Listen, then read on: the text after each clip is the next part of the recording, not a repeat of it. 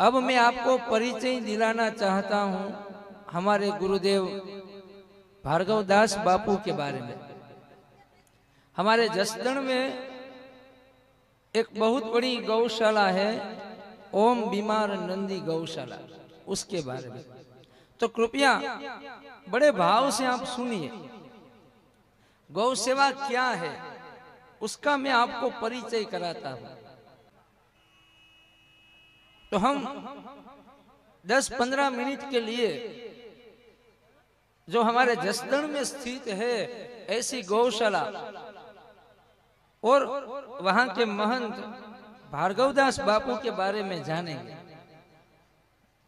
कहा गया है कि भारतीय संस्कृति के मुख्य 4 स्तंभ है, गाय, गौरी, गीता और गंगा। हमारी भारतीय संस्कृति इन्हीं 4 तत्वों पर आधारित है। आज हम शास्त्र के आधार पर 9 दिन से गाय का महत्व सुन रहे हैं। राम कथा के केंद्र में गौ सेवा थी, तो हमारे गुरुदेव ने इस गौ सेवा,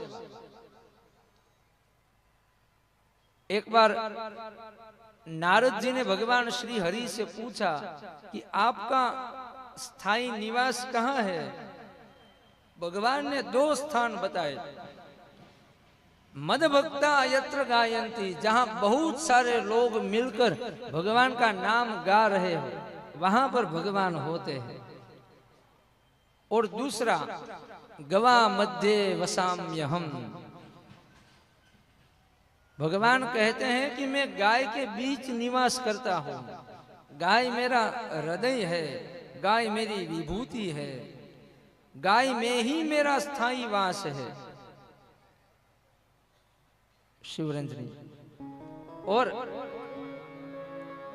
दूसरे शब्द में कहा जाए तो हमारे गुरुदेव भार्गवदास बापू सभी को कहते हैं, उसने बहुत बार कहा है, हमने बहुत बार उसी के शब्दों में सुना है कि ये जो मंदिर है यह तो भगवान का कार्यालय है। हमारे बापू कहते हैं कि जो मंदिर हम देख रहे हैं वो तो भगवान का कार्यालय है, लेकिन ये जो गौशाला है ना, ये गौशाला भगवान का घर है। कार्यालय के अंदर तो हम 7-8 घंटों के लिए जाते हैं, लेकिन घर में हम ज्यादा रहते हैं। तो उसका मतलब यह है कि गौशाला ऐसा स्थान है जहां पर भगवान सदैव निवास करते हैं। तो आइए अब भगवान के निवास रूप एक सुंदर गौशाला का परिचय ले। हमारे संत और देवताओं की पावन भूमि है जसदण। जसदण वो है, उस विस्तार को हम काठियावाड़ कहते हैं। और काठियावाड़ के लिए एक प्रसिद्ध दोहा है जहां पर हमारे संत भगवान को पुकार के कहते हैं कि हे भगवान, तू एक बार हमारे पंथक में आ जा, हम तुम्हें अपना वैकुंठ भुला देंगे। ऐसा है हमारा पंथक, तने स्वर्ग भुलाऊं शामड़ा। ऐसे पंथक का एक गांव है जसदण, जहां पर मृत्युंजय महादेव की प्राचीन भूमि है। और वहां पर ओम बीमार नंदी गौशाला, इस गौशाला की स्थापना महंत गुरुदेव पूज्य भार्गवदास बापू ने अपने गुरु श्री तुलसीदास बापू की समाधि के ठीक 1 वर्ष के बाद दिनांक 13 नवंबर 1998 के रोज की थी। और इस गौशाला का निर्माण क्यों हुआ, इसके पीछे भी एक सुंदर कथा है। इसका निमित्त कारण बनी एक कामधेनु गाय, जिस पर किसी निर्दयी व्यक्ति ने कुहाड़ी से प्रहार किया था। वो गाय अत्यंत निर्दयी अवस्था में शहर की सड़कों पर पड़ी थी। दुर्घटना के कारण उस गाय का पैर अलग हो गया था उससे। ऐसी स्थिति में पूज्य भार्गवदास बापू ने उस गाय को देखा, अपने सदगुरु को याद किया, भगवान भैरवनाथ को याद किया और भगवान की गूढ़ प्रेरणा से उसे भगवान मृत्युंजय महादेव के सानिध्य में ले आए। उस कामधेनु गाय का उपचार कराया, उसकी पीड़ा दूर हुई और उसी के साथ निर्माण हुआ ओम बीमार नंदी गौशाला का। एक गाय से निर्माण हुआ और आज इस गौशाला में 3000 से ज्यादा गाय है, बछड़े हैं, सब बड़े सुख पूर्वक निवास कर रहे हैं। श्रीमद् भागवत में एक प्रसिद्ध कथा आती है कि दिग्विजय के लिए राजा परीक्षित निकले हैं और परीक्षित ने देखा कि कलयुग गाय और नंदी को पीड़ा पहुंचा रहे हैं। कलयुग में ऐसा नहीं कि मानवों के जीवन में दुख है, लेकिन कलयुग के अंदर सबसे ज्यादा दुख गाय और नंदी को है। कथा में कहा गया कि नंदी के 3 पैर कट चुके हैं। नंदी है धर्म का स्वरूप, धर्म के 3 चरण है, तप, पवित्रता और दया, वह कट चुके हैं। केवल सत्य के एक चरण के ऊपर हमारा सनातन धर्म आज खड़ा है। और हम जानते हैं कि आज का मनुष्य इतना स्वार्थी हो गया है कि गाय जब दूध देना बंद कर देती है तो उस गाय को वो बेच देता है। इस युग में सबसे अधिक अगर कोई दुखी है तो वो गाय है। मनुष्य तो अपनी मां का दूध कुछ दिनों के लिए ही पीता है, लेकिन गाय का दूध वह जीवन भर पीता है। जो गाय ने अपने दूध से हमारा पोषण किया, वही गाय आज कट रही है। गाय को कटते देखकर हमें कुछ हो ना हो, लेकिन ये हमारे संत ऐसे हैं जिसका हृदय कांप उठता है। वो नहीं देख सकते गाय को इतनी पीड़ा होते हुए। रामायण कहती है कि धरती जब दुखी होती है तब वह गाय का रूप धारण कर लेती है। ये धरती की वेदना गाय प्रकट कर सकती है। इसलिए हमने सुना विप्रधेनु सुन संत हित, भगवान आए हैं ऐसी गाय के लिए। भगवान श्री कृष्ण का नाम तुम बोलो तो कृष्ण के साथ तुम्हें 4 शब्द अपने आप सुनाई देंगे। 4 तत्व ऐसे हैं जो कृष्ण के साथ जुड़े हुए हैं। कृष्ण कहो तो तुम्हें राधा की याद आएगी, कृष्ण कहो तो तुम्हें बांसुरी की याद आएगी, कृष्ण कहो तो तुम्हें मोर पंख की याद आएगी, और कृष्ण कहो तो तुम्हें गाय का स्मरण होगा। कृष्ण गौ सेवा के अवतार है, इसीलिए कृष्ण को गोविंद कहा गया है, कृष्ण को गोपाल कहा गया है। परित्राणाय साधूनाम, भगवान आए हैं साधुओं को अपने दर्शन का दान देने के लिए। तो साधु किसे कहे? साधु वह है जिसने गाय के लिए बहुत कुछ सहा है, जिसने गाय के लिए अपना जीवन समर्पित कर दिया है। हमारे गुजरात के एक बहुत बड़े प्रसिद्ध कथावाचक हुए पूज्य डोंगरे बापू, शायद आपने उसकी वाणी सुनी हो।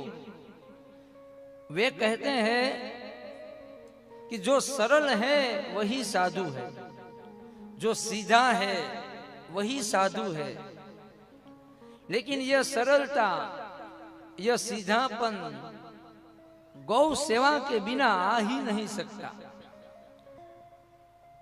गाय की सेवा ही हमें यह तीनता दे सकती है। आज का हमारा विज्ञान कह रहा है कि मनुष्य के पूर्वज वानर थे, लेकिन हमारा अध्यात्म कहता है कि यह शरीर भले ही हमें वानरों से मिला है, लेकिन हमारे भीतर जो चेतना है वह चेतना तो हमें गाय से ही मिली है। इसीलिए गावो विश्वस्य मातर, इस अर्थ में गाय हमारी माता है। आप कभी ध्यान से गाय की आंख में देखिए, यह बात सत्य प्रतीत होती है। इसलिए नहीं कि हम गाय का दूध पीते हैं, लेकिन हमारे अंदर जो चेतना है वह गाय के बाद की अंतिम कड़ी है।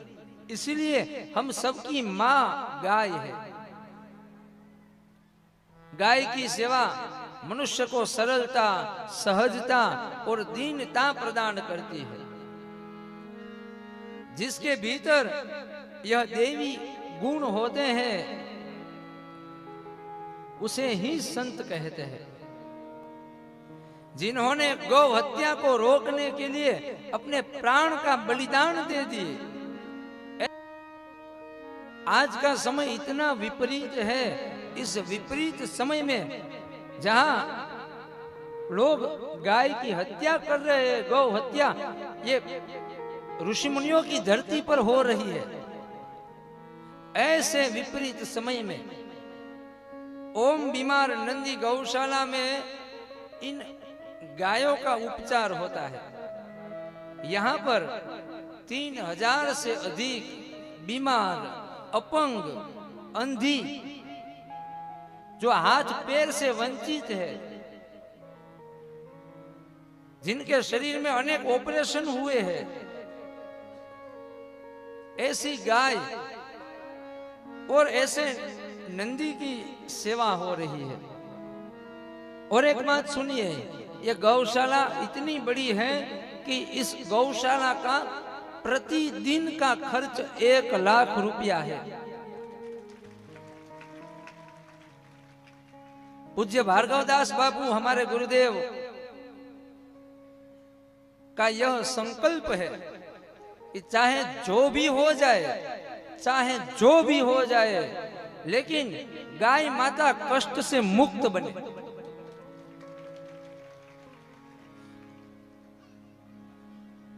हमारे गुजरात में एक स्थल है जूनागढ़, जूनागढ़ के पास तुलसी श्याम के समीप जड़ जीवड़ी नाम का एक गांव है। वहां पर भी भगवान भूतनाथ महादेव का मंदिर। वहां पर एक गाय ने निवास किया था। उस गाय को एक सिंह ने घायल कर दिया और तब उस गाय को गुरुदेव भार्गवदास बापू इस गौशाला में ले आए, उसका उपचार किया। ऐसी अनेक गाय हैं जिसका उपचार इस गौशाला में हो रहा है। और एक बात सुनिए कि ये जो ओम बीमार नंदी गौशाला है, इसका वातावरण इतना दिव्य है, इतना दिव्य है, इतना दिव्य वातावरण है कि यहाँ पर कुछ जंगली हिरण भी है। और वो जो हिरण है वह गाय का दूध पीकर बड़े हुए हैं। यहाँ पर कोई भेद नहीं है। यहाँ पर कुछ खरगोश है, कुछ घोड़े हैं, कुछ मुख प्राणी भी हैं। और मृत्युंजय महादेव के सानिध्य में गौ सेवा तो हो ही रही है। लेकिन आज तक हमारे पूज्य भार्गवदास बापू ने 50 से भी ज्यादा राम कथा, शिव कथा, भागवत कथा का दिव्य आयोजन वहां पर किया है। गुरुदेव भार्गवदास बापू का एक ही संकल्प है, गौ सेवा करो, हरि कथा को सुनो, गौ सेवा करो, हरि कथा को सुनो। इसीलिए वो जहां भी जाते हैं गौ सेवा के लिए हम सबको प्रेरित करते हैं, हरि कथा के लिए हम सबको प्रेरित करते हैं। भार्गवदास बापू ने मौनी बापू को कहा, मौनी बापू ने सम्मति दे दी और हम देखते हैं कि ये इतनी भव्य, इतनी दिव्य राम कथा का आयोजन हो गया। भगवत गीता में योगेश्वर श्री कृष्ण कहते हैं कि 3 चीजें हमें कभी नहीं छोड़नी चाहिए, यज्ञ, दान और तप। ये सब हमारे कल्याण का मार्ग है। यज्ञ से देवता प्रसन्न होते हैं और ये सभी देवता गाय के अंदर निवास करते हैं। गाय के प्रत्येक रोम में देवत्व विद्यमान है। इसलिए जब हम गाय की सेवा करते हैं तब प्रत्येक कदम पर हमें यज्ञ का फल प्राप्त होता है। दान के विषय में शास्त्र कहते हैं कि गौ विक्रय और गौ वध महापाप है और गौदान और कन्यादान सबसे बड़े दान है। आज के समय में इसका अर्थ यह भी है कि हमारी जो भी आय है, जो भी हम आवक प्राप्त करते हैं, उसमें से एक भाग आप गौ सेवा के लिए एक तरफ रख दे। अगर आपने अपने जीवन में गौ सेवा के लिए कुछ दिया तो उसके बाद आपके पास जो भी बचता है उसे सिर्फ संपत्ति मत मानिए, फिर ये भगवान का प्रसाद है ऐसा मानिए। हमारे गुरुदेव भार्गवदास बापू कहते हैं कि यदि जीवन से विषाद को दूर करना है तो अपने जीवन में हरि कथा को स्थान दो, अपने जीवन में गौ सेवा को स्थान दो और गाय की सेवा ही श्रेष्ठ तप है। पूज्य भार्गवदास बापू ने अपनी युवानी में आत्म कल्याण के लिए बहुत भ्रमण किया और फिर इस बीमार अपंग गाय माता की आंख में ही पूज्य बापू को ईश्वर के दर्शन हुए। और सुनिए, गौशाला के आरंभिक जो वर्ष थे उस वर्ष में पूज्य भार्गवदास बापू ने बड़ी निंदा सहन की है, बड़ी आलोचना सहन की है, बड़ा कष्ट सहन किया है। गौशाला के आरंभिक वर्षों में बापू ने बड़े कष्ट के साथ उन गौ माता की सेवा की है। एक समय तो ऐसा भी आ गया कि गौ सेवा के लिए 1 रुपया भी नहीं था, तब बापू ने ब्याज के ऊपर रुपये लिए और उस रुपये से गौ माता की सेवा की। उनका एक ही संकल्प है कि किसी भी कीमत पर सब गौवंश का ध्यान रखना है। ईश्वर की कृपा से, भगवान भैरव नाथ की कृपा से, गुरु की कृपा से आज इस गौशाला में 3000 से भी अधिक गौ माता है, सुखपूर्वक निवास कर रही है। और अंत में स्कंद पुराण के अंदर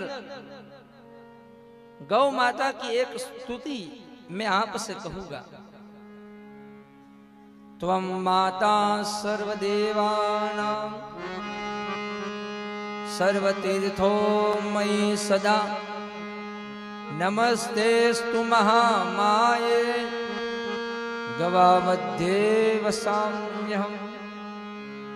इसका अर्थ है, हे गौ माता, आप सभी देवताओं की मां है। हे गौ माता, आप सभी तीर्थ का जीवंत स्वरूप है। आप यज्ञ का कारण है। आप देवत्व की जननी है।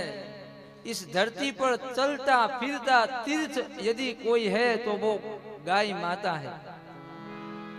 समस्त जीवों को पवित्र करने वाली निष्पाप करुणामयी गौ माता को अनंत कोटि कोटि नमस्कार।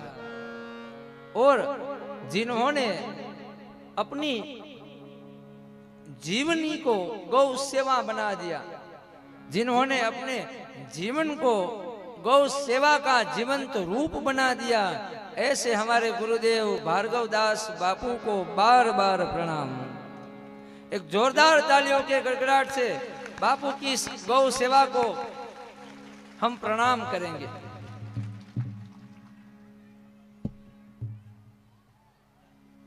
ये परिचय इसलिए बहुत जरूरी था ताकि हम पूज्य भार्गवदास बापू को हर रोज यहाँ पर देख रहे हैं।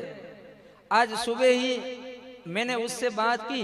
बापू ने कहा कि नहीं, हमें कोई प्रशंसा नहीं चाहिए, कोई नाम या नामना, कोई सम्मान हमें नहीं चाहिए। हम यहाँ से सबका आभार व्यक्त कर रहे हैं। सबको फूल माला, ये खेस, सबको याद कर करके सबका आभार व्यक्त हो रहा है। लेकिन इस राम कथा की जो नींव थी, वो नींव हमारे गुरुदेव भार्गवदास बापू थे। उसी के संकल्प से यह राम कथा का निर्माण हुआ। उसी के पवित्र संकल्प से हम सब ने यह राम कथा सुनी। यहाँ कार्यकर्ताओं ने व्यासपीठ की प्रशंसा की, आप सबने मेरी प्रशंसा की। मैंने ज्यादातर कथा गुजराती में ही की है और इतना भव्य आयोजन बापू ने मुझे सौंप दिया और कहा कि ये कथा हिंदी में करनी है। तो जब मैं पहले दिन यहाँ पर आया तब मैंने देखा इतना विशाल पंडाल है, इतने लोग। मैंने बापू को कहा कि सब हो तो जाएगा ना ठीक ठाक। वैसे तो मेरी मूल भाषा गुजराती है। बापू ने सिर्फ इतना कहा कि तुम फिक्र मत करो, सब हो जाएगा। और देखो सब हो भी गया। तो यहाँ से कथा के माध्यम से आपको जो भी आनंद मिला, जो भी भगवत अनुभव हुआ, कथा आपको इतनी पसंद आई, इसका कारण मैं नहीं हूं, लेकिन मेरे गुरुदेव भार्गवदास बापू है। उसी के संकल्प से हम सबको यह आनंद मिला। और मैंने तो ये अनुभव भी किया है कि आप सबके साथ मैं भी एक श्रोता ही हूं। मैं अपने आप को कभी भी वक्ता की नजर से देखता ही नहीं, मैं भी श्रोता हूं। मुझे कोई बुला रहा है और मैं बोल रहा हूं। एक वाणी का स्फुरण हो रहा है, एक वाणी प्रकट हो रही है और मैं आपको सुना रहा हूं। और यह जो वाणी है यह प्रकट हो रही है गुरुदेव की कृपा से। और ये जो इतनी प्रशंसा हुई राम कथा की, यह राम कथा का प्रथम संकल्प हमारे गुरुदेव भार्गवदास बापू ने किया था। हमारी कथा थी वाराणसी में। वाराणसी से हम लौट रहे थे, यहाँ मौनी बापू के आश्रय में आए और तब गुरुदेव भार्गवदास बापू ने मौनी बापू से बात की कि क्यों ना यहाँ पर एक सुंदर भव्य कथा का आयोजन हुआ जाए। आज से बहुत ज्यादा नहीं, सिर्फ 3 महीने पहले की ही बात है।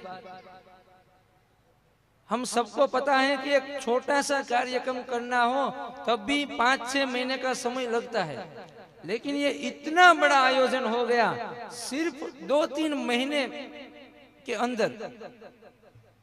यह हमारे गुरुदेव के संकल्प का परिणाम है।